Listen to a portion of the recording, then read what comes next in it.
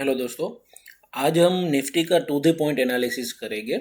And second चीज़, 19 फरवरी को मैंने एक अपने टेलीग्राम ग्रुप में मैसेज किया था, the last nail in coffins and bottom level opens of Nifty. और उसका बॉटम लेवल मैंने निकाले थे 25,050, 24,700 और 24,100। तो 24,100 जो है 24,100 वाला लेवल, वो क्यों निकाला था, ऐसे ऐसी क्वेरीज थी बहुत मेंबर्स की।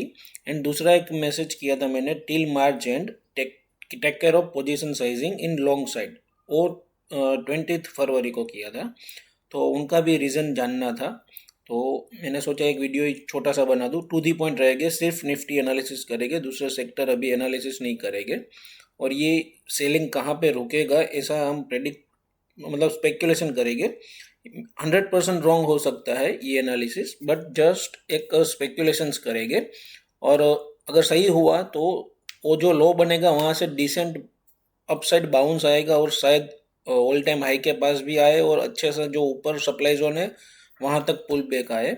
और स्टॉक्स में आपको 15-20% की मूवमेंट देख सकती है अपसाइड में, लार्ज कैप में पोजिशनल।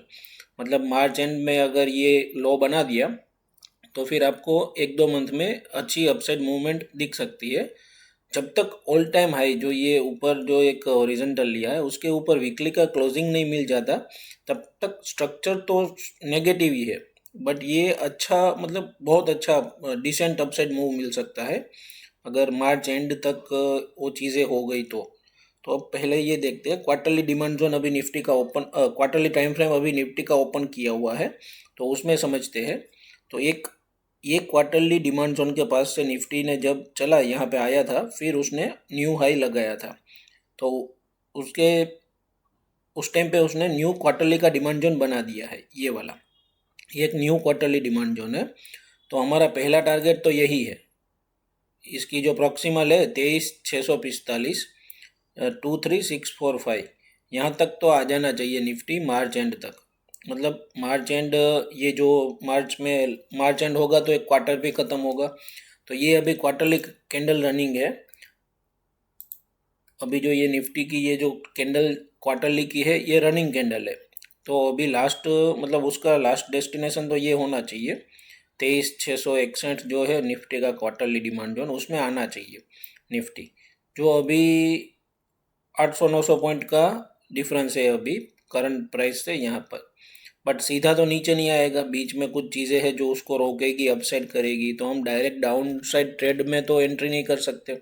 बट आएगा ऐसा मेरा कन्विक्शन है। 70-80% चांस है क्वार्टरली डिमांड जोन के अंदर आ जाएगा निफ्टी ये मार्च एंड तक, क्योंकि क्वार्टर भी ख़त्म होगा और क्वार्टरली डिमांड जोन भी बना हुआ है। तो नेगेटिव सेंटिमेंट्स अभी मार्केट में चल ही रहे हैं वॉर के रिलेटेड, तो आ जाना चाहिए। मंथली में देखते हैं। मंथली में कुछ खास पिक्चर नहीं है। ये एक डिमांड जोन था मंथली का, जिसको ब्रीच कर दिया है। मैंने भी मार्क करके रखा था, बट सेलोनाइज स्ट्रक्चर था तो नेगेटिव ही था, तो फिर अभी डिलीट कर दिया है मैंने। तो इसकी अभी कोई ज़रूरत नहीं है, ये डिलीट कर देते हैं। तो मंथली में कुछ है नहीं पिक्चर। ये जो एक वीक है, ये पूरी वीक यही बाइंग है, उसके अंदर ही कुछ देखना पड़ेगा। ये पूरा क्वार्टरली डिमांड जोन है, उसके अंदर मंथली की ये एक पूरी बाइंग वीक है, जिसने यहाँ से बाइंग पावर जनरेट करके अपसाइड मूव दिया था। तो मंथली में कोई डिमांड जोन मार्क करने का अभी तो है नहीं चांस। अभी ये मंथली का जो एक 20 ये में है, वहाँ पे प्राइस ने सपोर्ट लिया था, थोड़ा बाउंस करने की ट्राई कर रहा था, बट मिल नहीं पा रहा है बाउंस उनको, क्योंकि मार्केट सेंटिमेंट नेगेटिव है। सेलोन राइज ही है, तो उसमें अभी कुछ चेंज नहीं हुआ है। वीकली पे चलते हैं। वीकली पे एक चीज़ ये देखनी है, ये मुझे बतानी थी। देखो, ये एक वीकली का सप्लाई जोन था प्रीवियस, ये अप्रैल 2015 वाली जो ये जो वीकली की कैंडल है, उसको हम देखते हैं। प्राइस अभी कहाँ पे रुकेगी ना जिगजैग बनाने के लिए, वो मैं सिर्फ बता रहा हूँ। से स्ट्रक्चर से लोन राइज ही है, बट कहाँ रुकेगी अभी, थोड़ा अपसेट जाएगी फिर नीचे आ सकती है। तो ऐसा व्यू बता रहा हूँ। ये एक वीकली का डिमांड जोन बना था, ये अच्छा डिमांड जोन नहीं था। ये यहाँ से बाइंग आया, दो कैंडल, एक बेस बना, मतलब कुछ फाइट हुआ, प्राइस ऊपर गई। वीकली का ये सप्लाई जोन है, यहाँ पे डेली में है, तो मैंने पूरा नीचे थोड़ा सप्लाई जोन मार्क किया है। तो उसका उसको हिट करके प्राइस नीचे आ रही थी। फिर यहाँ पे जो बायर्स थे वो थोड़े पोटेंशियल है, तो उन्होंने प्राइस को रिवर्स कर दिया। रिवर्स मतलब वीकली में तो ये प्रो गैप बोलते हैं, वीकली की कैंडल यहाँ क्लोज हुई, वीकली की दूसरी कैंडल यहाँ ओपन हुई, तो ये पूरा एक प्रो गैप है। तो यहाँ पे अपने को गैप दिखने मिलेगा, मतलब ये चीज़ थोड़ी स्ट्रॉन्ग तो ज़रूर है। क्यों है वो मैं बताता हूँ अभी। क्योंकि ये प्रो गैप के साथ खुला, वीकली का सप्लाई जोन सीधा ब्रीच किया और ऊपर कैंडल क्लोज कर दिया। अब मैं इसमें अब डीप में जाते हैं, ये वाला जो स्ट्रक्चर है पूरा, उसमें डीप में जाते हैं। अगर डेली में हम देखें वो स्ट्रक्चर, ये वीकली का सप्लाई जोन जो में हम बात कर रहे थे वो था सप्लाई जोन को हिट किया, डेली में नीचे ओपन हुआ, गैप डाउन होके ओपन हुआ, फिर ये कैंडल यहाँ पे इतना बेस बना, दूसरे दिन इतना गैप अप, मतलब ये 1000 पॉइंट की कैंडल है, 900 पॉइंट की, जो डेली ने ही सीधा वीकली के सप्लाई जोन के ऊपर क्लोजिंग दे दिया। मतलब यहाँ पे कुछ चीज़ें पावरफुल तो बायर्स है ही, बिल्कुल है। अब उसको वीकली में देखते हैं वापस। वीकली में हम अगर ये पूरी रेड कैंडल और पिछली वाली ये जो बेस है उसके नीचे तक का वीकली डिमांड जोन एक मार्क कर लेते हैं,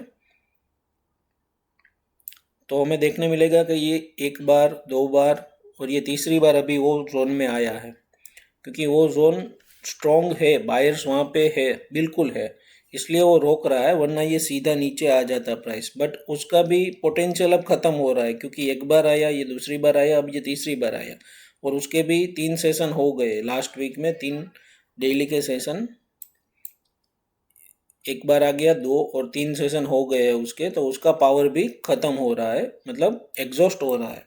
तो चांस है नीचे आए। अब कहाँ पे आए सीधा, अब डेली के टाइम फ्रेम पे जाते हैं। डेली का ये भी ख़त्म। ये जो डेली की कैंडल है बताता हूँ, ये जो डेली जिसने गैप डाउन ओपन होके सीधा वीकली के सप्लाई जोन के ऊपर क्लोजिंग दिया था, तो ये डेली की कैंडल को अगर मैं वीक से मार्क करूँ तो 24,162 आ रहा है ये कैंडल को वीक से। बट मैंने लिया 50% लिया था उसका, 24,160, और मैं बॉडी से मार्क करूँ तो वो 24,011 आ रहा है। तो 50% ले लिया हमने कि भाई 24,100 तक का अपना नीचे का लेवल ओपन हो गया है। तो अब सिनेरियो क्या हो सकता है, ये नीचे आएगा, मे बी ये नीचे आ सकता है, यहाँ पे सीधा गैप डाउन भी ओपन हो जाए, फिर यहाँ से ये पावर तो है ही ये कैंडल में, तो यहाँ से एक डिसेंट सिर्फ छोटा सा अपसाइड मूव मिल सकता है। तो ये एक ट्रेंड लाइन जो यहाँ पे बन रही है, ये उसको ट्रेंड लाइन का रेजिस्टेंस मिलेगा और फिर नीचे की साइड मूव कर सकता है। अब कहाँ तक नीचे जाएगा ना, वो देखने के लिए अपने को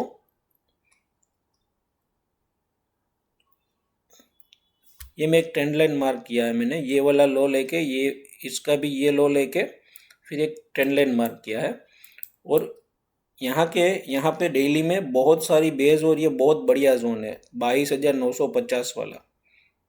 तो मुझे क्या लग रहा है, क्वार्टरली के डिमांड जोन के अंदर तो निफ्टी आ जाए एक बार, फिर ये जिगजैग करके ये वाले जोन को ज़रूर हिट करेगा, यहाँ से पूरा रिवर्स कर सकता है निफ्टी। ये बहुत पोटेंशियल जोन है, उसका डीप में एनालिसिस अभी नहीं करेंगे, बट आप देखोगे तो ये पूरा क्वार्टरली डिमांड जोन के अंदर से ये बाइंग आया था, तो ये पूरा है जो ओरिजिन है।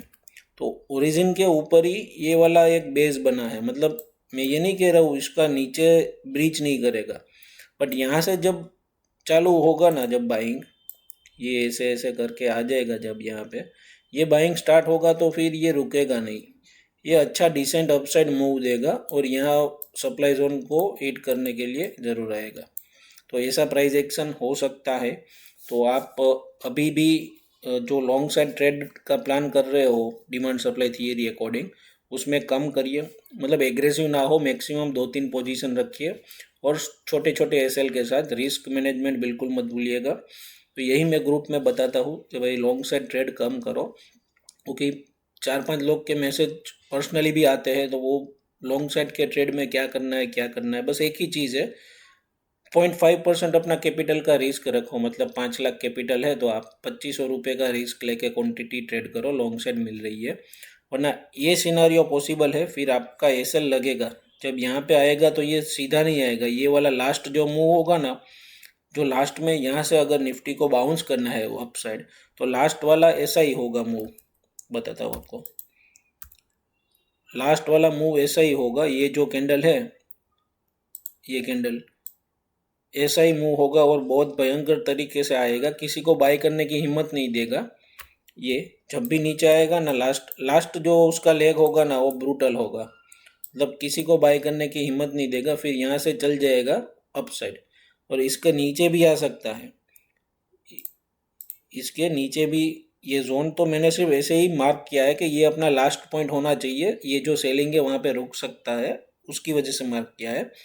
प्राइस इसके नीचे भी आ सकता है, ब्रीच करके ऊपर जा सकता है, यहाँ के सबके एसएल लेके ऊपर जा सकता है। तो लॉन्ग ट्राई कर लेना चाहिए यहाँ पे, अगर आए निफ्टी तो फ्यूचर लॉन्ग ट्राई कर लेना चाहिए यहाँ का एसएल रख के, पूरे क्वार्टरली डिमांड जोन का। ठीक है, थैंक यू।